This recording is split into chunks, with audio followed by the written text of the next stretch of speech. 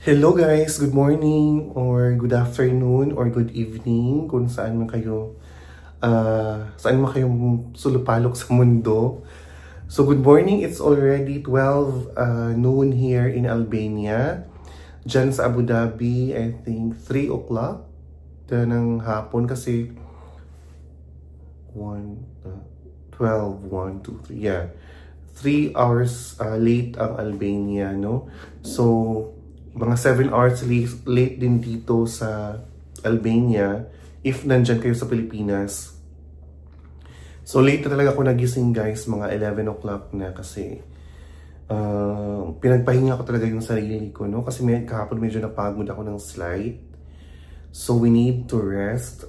At wala din naman ako masyadong activities today. City center lang. Bukas pa naman may tour. Nag-book ako ng tour bukas to Berat. It's outside Tirana. So, ayun. Wala akong itinerary for today. Just around the city. So, yun lang. So, explore ko lang yung city center and then yung mga tabi-tabi dyan. Ayun. So, yun lang guys, si Mother Teresa pala of Calcutta is of Albanian descent. Pero doon siya pinanganak sa sa Skopje, sa North Macedonia, na pupuntahan din natin day after tomorrow. So, ayun, see you in a while guys. Guys, may papakita lang ako sa inyo, no? So, yung shower nila, yung sabitan ng shower, matatangkad talaga silang mga tao. Kasi ang taas. Halos hindi ko maabot yung papakita ko sa inyo, guys. Ayan o. Ang taas. Ang taas ng sabitan nila. So matatangkad talaga sila ng mga tao. Yung mga alagpas, talaga, 6 feet. 6 footers. Ayun ang taas. Kasi hindi ko maabot, guys. In fairness naman talaga sa mga Albanians, maganda sila at mga gwapo. Parang naalala ko yung nagpunta ko ng Spain. Kasi sobrang ang dami din gwapo at maganda talaga sa Spain. Tsaka sa Czech Republic. Ayan. So, ayun, Spain, Albania, Czech Republic. So far, sa mga countries na napuntahan ko, nakita kong marami talagang mga very good looking people. So yun guys, labas na muna tayo. Ang gala tayo for today. So today is officially my day 1 here in Tirana, Albania. So ngayon talaga ang mag-upisa yung natin, yung pag-explore natin sa Tirana, capital ng Albania. So ayan guys, dahil late tayo nagising, late na mag-start ang natin, ang araw natin. So from hostel to city center, ang una kong pupuntahan is yung Pyramid of Albania. Para siyang building na shape na pyramid. So ayun, mga 20 minutes walk from my hostel. So lakad-lakad lang tayo kasi para makita natin yung mga kasuluk-sulukan ng Tirana, Albania.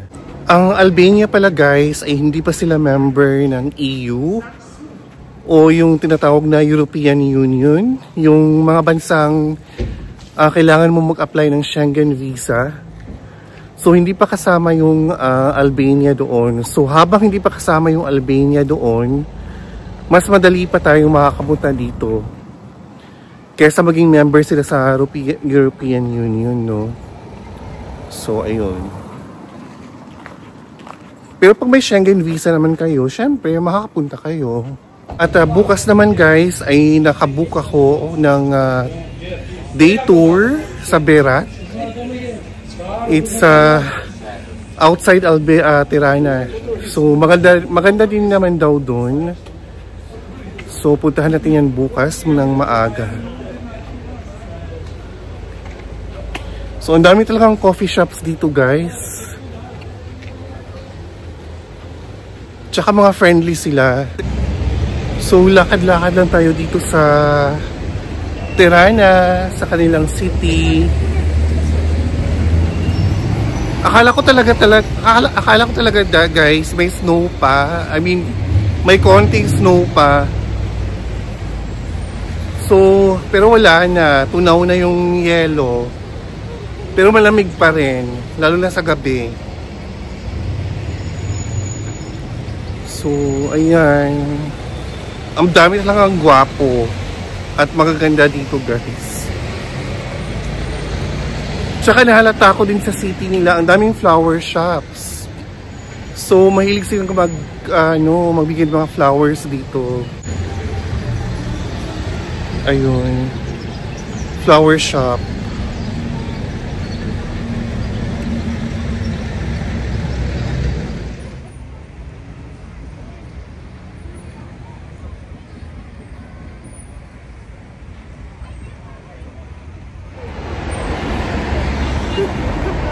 Guys, pinangwisan na ako sa kakalakad. Pero okay lang, maganda naman yung weather. Tsaka, ayun na yung pyramid sa kabila. Tawid na tayo. Oh, ayun. Parang nasa Central Park lang, di ba?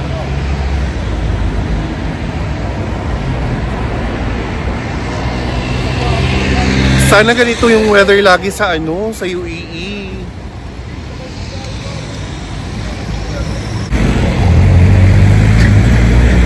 Guys, may pinipilahan silang parang bakery sa tapat.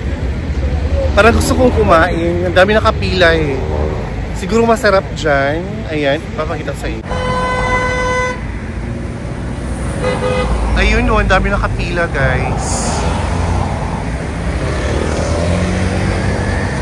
Try ko bumili.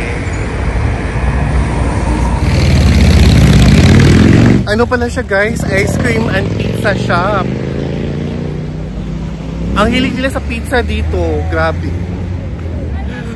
Tsaka ang daming bumibili ng ice cream sa lamig ng panahon dito ngayon. Siguro mainit na sa kanila para to.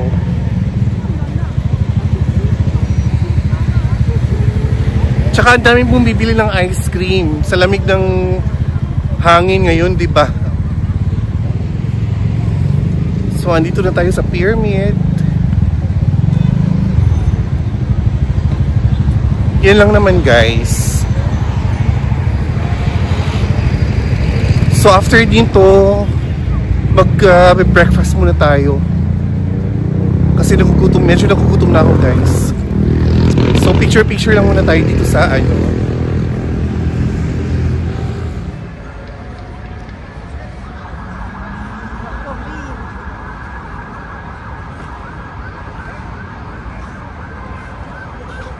already almost 2 o'clock at ngayon pa lang ako magbe-breakfast. So I have this like ano ba to?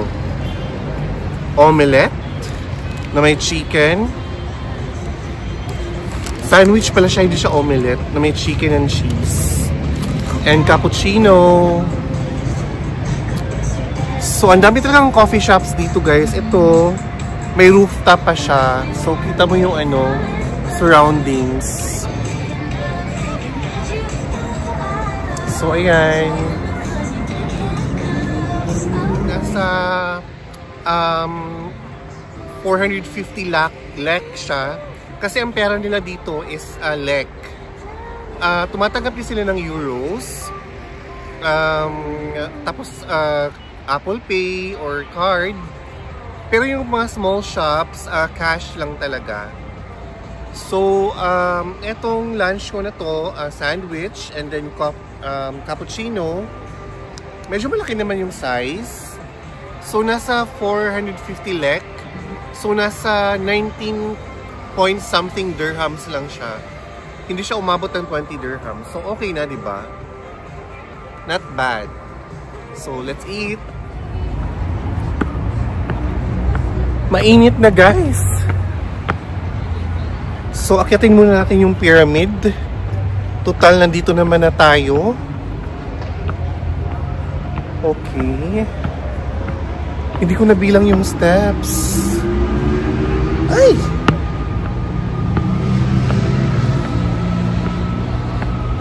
Ang ganda sa tenga ng ano no, guys. Muslim call of prayer. Ayan kung naririnig nyo sa background.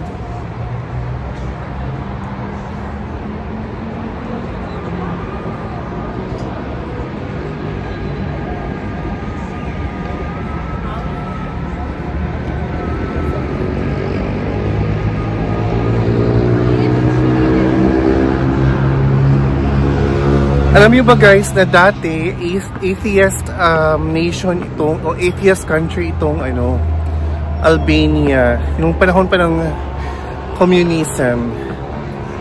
So hindi ina-allow ng religion dito na mag-practice ka ng kung anong religion. Pero yung ano naging free na sila, so okay na. May mga Christians dito, Muslims. So, ayun.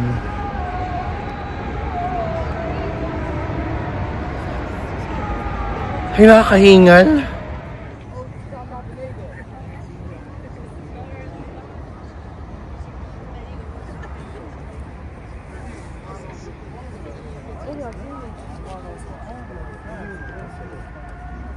So, baba na tayo guys. At nakita na natin ang palibot ng pyramid. Ang ganda ng weather talaga. Sana ganito lagi sa UAE.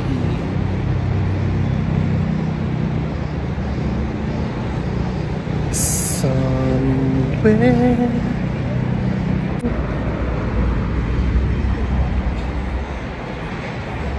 bluebirds fly.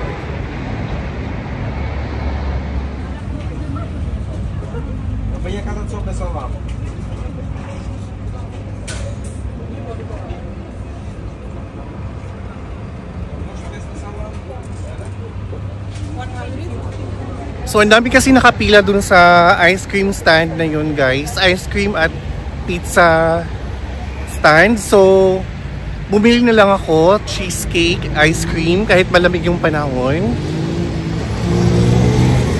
Bakit hindi? Nasa bakasyon tayo. So, walang diet-diet, diba? So, 100 lek. So, nasa 4 euros siya. Ayan. So, medyo may marami naman yun, one scoop. So, okay lang. Tikman natin. So, ito yung city park nila. May playground dyan, mga bata. Ayan. So, ang daming binibenta mga libro, guys, oh. Ayan. So, mahilig rin talaga sila magbasa ng mga Europeans.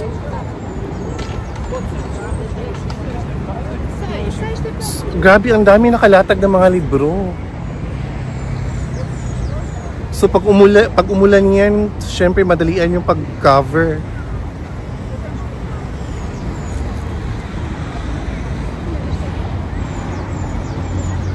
Ang ganda ng hangin, grabe, ang linis ng amoy ng hangin.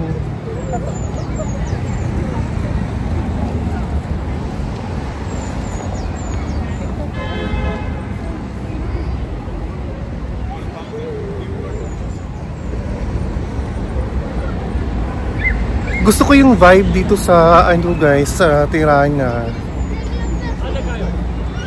Parang ano siya, parang yung sa ano sa Belgrade. Youthful yung vibe. Sa Sarajevo naman ano, parang iba din eh, parang may pagka Istanbul. Ottoman culture ganon. Although dito nasakop din sila ng Ottoman Empire dati. Ayan. So, may mga maliliit na mga grocery stands sa parks. Kaya pala pinipilahan yung ano, yung ice cream stand na yun kasi ang sarap ng ano, ice cream. Cheesecake siya, blueberry cheesecake. Ang sarap, walang sinabi yung Baskin eh. Hechos, masarap talaga. Oh. Lalo na pag may magwapo pa sa likod, di ba? O lalong sumarap yung ice cream. Wala, kaharap ko lang yung park habang kumakain ng ice cream. Ayan. O, diba? I love the weather. I love it here. I love the Rana na. Ilipat ako dito. Char lang guys. Lalo na ang daming flower shop dito. Baka pwede mag-apply.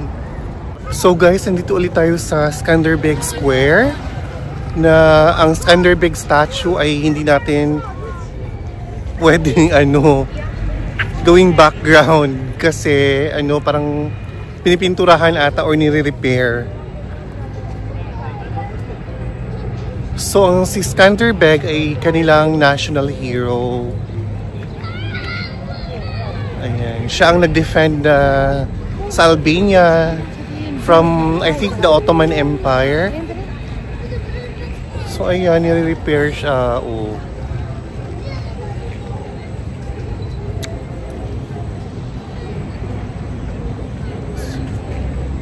So mostly sa kanila guys, parang typically European, mga chill-chill lang sa park, upo-upo lang, with coffee and everything. Tapos yung mga teenagers nagbabike. Yung iba nagbabasa ng libro. May time talaga sila para sa kanilang sarili, hindi lang work. May work-life balance sila. Hindi sila inaabot ng hating gabi sa office. So kailangan 7 o'clock sarado na. Gaya sa Germany, di ba? Or sa Germany o kahit sa France, sa Paris. 7 PM, sarado na yung mga tindahan. Pero dito hindi naman. May mga bukas pa. So ayan guys. Yan yung lumang mosque sa likod. Ayan. At eto yung Tirana International Hotel sa likod. Yan, Tirana International Hotel.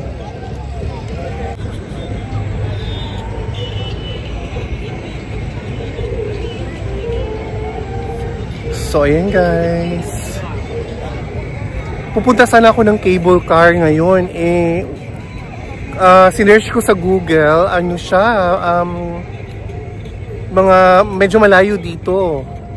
By walk siguro mga 1 hour. So next na lang, siguro pagbalik ko galing Macedonia. So ito yung Opera House. Gusto ko magpa-picture dito sa may I love tea. I love tea. I love tea. Basta I love tea. Alam niyo na yung anong tea, tarot. Okay. Pa-picture muna ako dito. Kahit may sun, ang ganda ng hangin, ang lamig. Medyo malamig, hindi siya maganda. Basta maganda yung weather, guys. Guys, February 1 na talaga, guys. Love month na talaga. Kahit saan na lang, 'di ba? O ayan, yung nasa likod. O. 'Di ba? Kakaumay. Kaka-start pa lang ng February, ha? Naku, wag ako. Maghanap din ako, char. Charot lang. So, ito ang isa sa mga bankers na itinayo ng leader ng Albania noon, nung panahon pa ng communist period. So gumawa siya ng maraming bunker, I'm not sure kung ilan, kasi para sa giyera daw na hindi naman nangyari. So parang paranoid lang siya na nagpagawa siya ng dami-daming bunkers. So ayan, na hindi naman nagamit. So ayun, nung naging free na sila, ginawa nilang mga art museum yung mga bunkers na ito.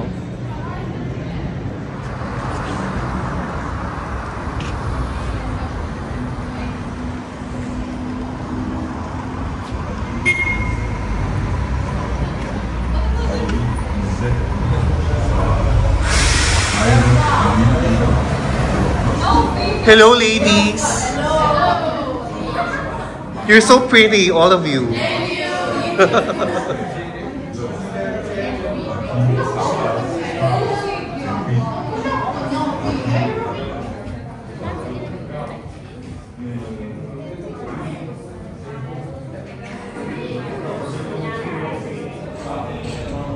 guys, papasok na tayo.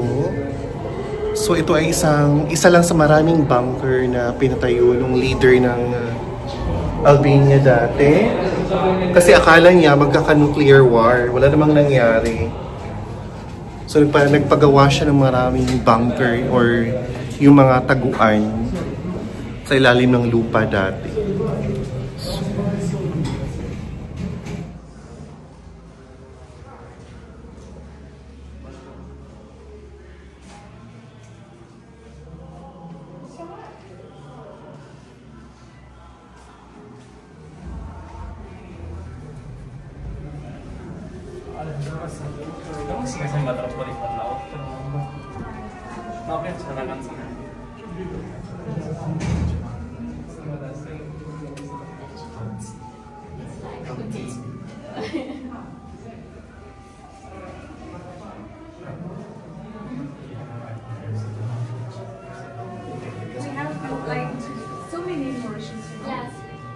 Love this one now.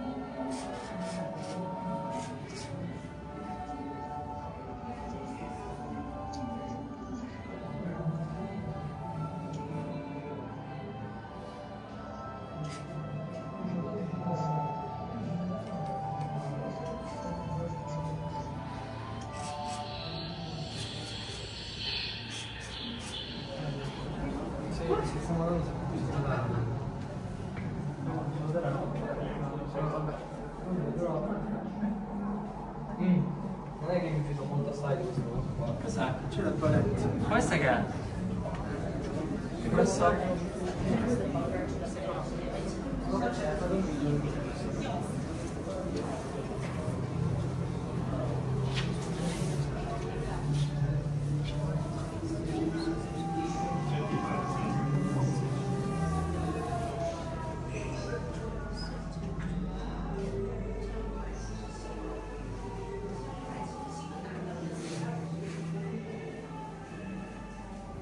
Lady finger.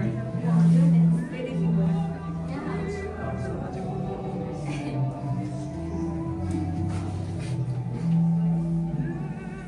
Next thing is Zafir. Zafir.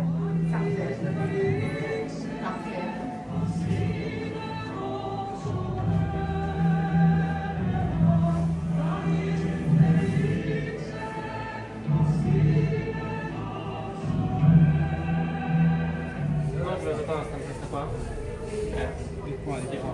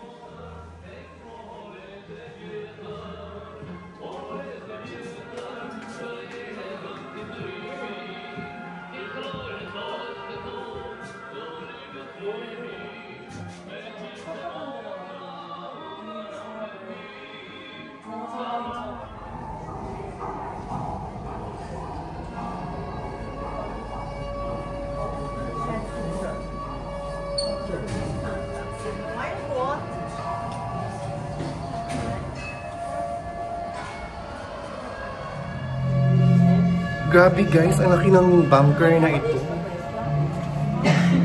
To think na sa ilalim ko ng lupa ha. Ang daming kwarto, ang daming mga rooms.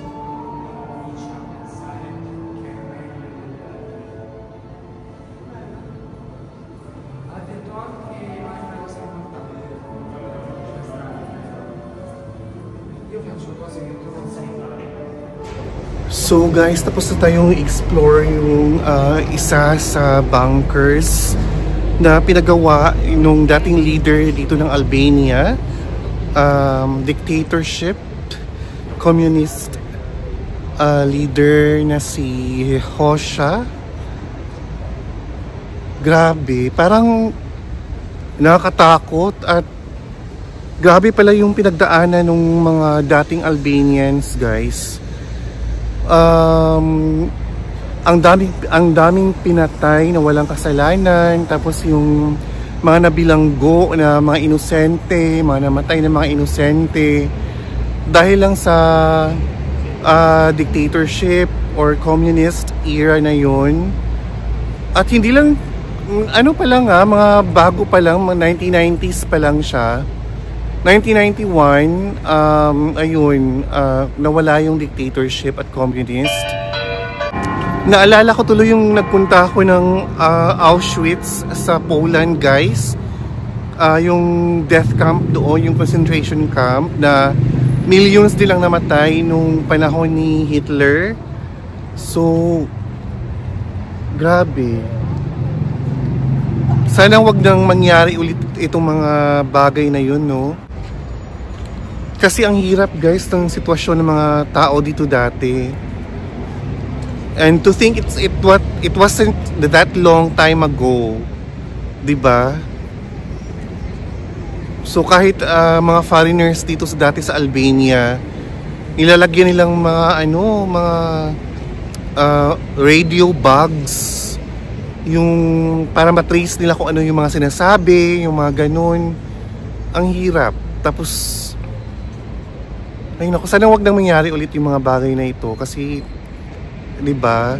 Dapat love lang, tsaka world peace. So guys, sinong mag-aakalang sa kinatatayuan ko ngayon may underground pala na nakatago, 'di ba? Yung sa mga communist dati na pinatayo nila, may bunker pala sa ilalim. Oh, ayun yung entrance. At ito naman yung exit. So ngayon, ginawa na lang nilang museum para malaman ng mga tao, malaman ng mga bagong henerasyon at malaman ng mga turista kung anong nangyari dito dati. So ang hirap pala ng pinagdaanan ng mga Albanians dati under the dictatorship and the communism. So pero ngayon, naging maunlad na sila at naging open na for other nationalities, mga tourists, ganun. So thank you guys for watching my vlog, my official first day here in Albania. At ngayon ay pupunta ako ng mall para mag-dinner. Thank you for watching. Please don't forget to subscribe, Christian Lou Vlogs. And God bless everyone. Love lang tayo kasi life is very short. Ika nga ng aking BFF na si Roda Aguinaldo, life is too short to be cruel and to be rude. So be kind. Sabi nga ni Mother Teresa, evil settle roots when a man begins to think that he is better than the others. So ayun, be kind. Be kind because it's a beautiful life. It's a beautiful world. So thank you guys for watching and see you in my next vlog. Bye.